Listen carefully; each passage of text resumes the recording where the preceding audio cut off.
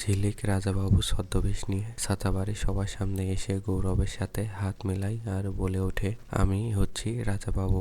আজ এই ছাতাবাড়ির সবার হাত দিয়ে ছাতাগুলো প্রদর্শন করানো হবে। আখি দিদিমণি আমাকে পাঠিয়েছে।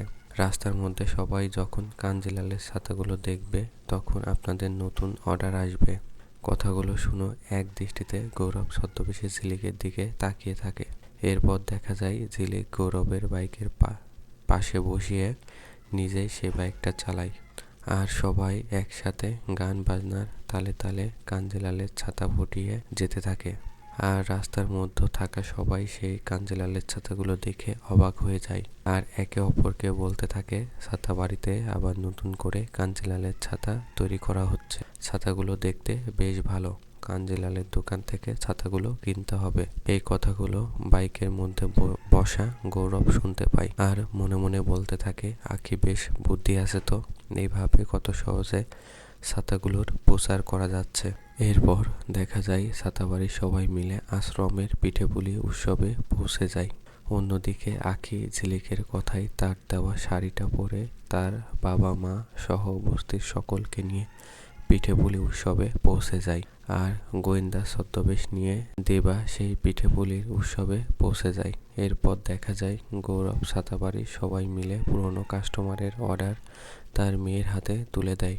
আর সেই মহিলাটি সেই ছাতাগুলো দেখে অনেক খুশি হয়ে সকলের সামনে বলে ওঠে, আজ আমার বাবার মৃত্যুবার্ষিকী। এই কাঞ্জিলালের ছাতাগুলো আমি আশ্রমে দিতে পারছি, এতে আমি অনেক খুশি।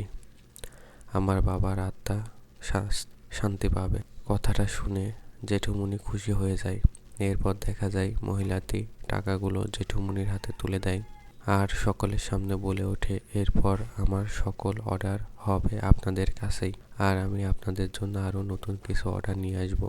এই কথা শুনে জেঠুমনি সহ ছাতাবাড়ির সবাই অনেক খুশি হয়ে যায়। তারপর দেখা যায় গৌরবের সেই অনুষ্ঠানের মধ্যে ঝিলিককে খুঁজতে থাকে আর দূর থেকে তাকে দেখতে পেয়ে আখি বলে ডেকে ওঠে। আখি তখন গৌরবের কাছে এসে দাঁড়ায় আর বলে ওঠে, আপনি আমাকে ডাকছিলেন? গৌরব তখন রেগে গিয়ে বলে ওঠে, তুমি আমাদের ফেলে এই উৎসবে চলে এসেছো কেন? আর তখনই গোয়েন্দা ছদ্মবেশে দেবা চলে আসে আর দেবাকে দেখে রেগে গিয়ে গৌরব বলে ওঠে, আপনি এখানে এসেছেন? আখি দেবার হয়ে কথা বলতে গিয়ে গৌরব রেগে আর বলে ওঠে, আমি আমার স্ত্রীর সাথে কথা বলছি, আপনি কেন মাঝখানে কথা বলছেন? আর দুজনের মধ্যে কথা কাটাকাটি শুরু হলে তখনই ছদ্মবেশে ঝিলিক এসে গৌরবকে থামায়। তখন গৌরব থেমে গিয়ে রেগে আসেন হাতটা ধরে টেনে তাকে অন্যদিকে নিয়ে যায়। আর এটা দেখে দেবা অনেক রেগে যায় আর ছদ্মবেশে ঝিলিককে বলে ওঠে, তোর জন্য আমার সবটা হচ্ছে, আমার বউকে অন্য কেউ নিয়ে টানাটানি করবে, এটা আমি সহ্য করতে পারবো না। এই কথাটি শুনে ঝিলিক হাসতে থাকে। এমনটাই দেখতে চলে নতুন পর্বে।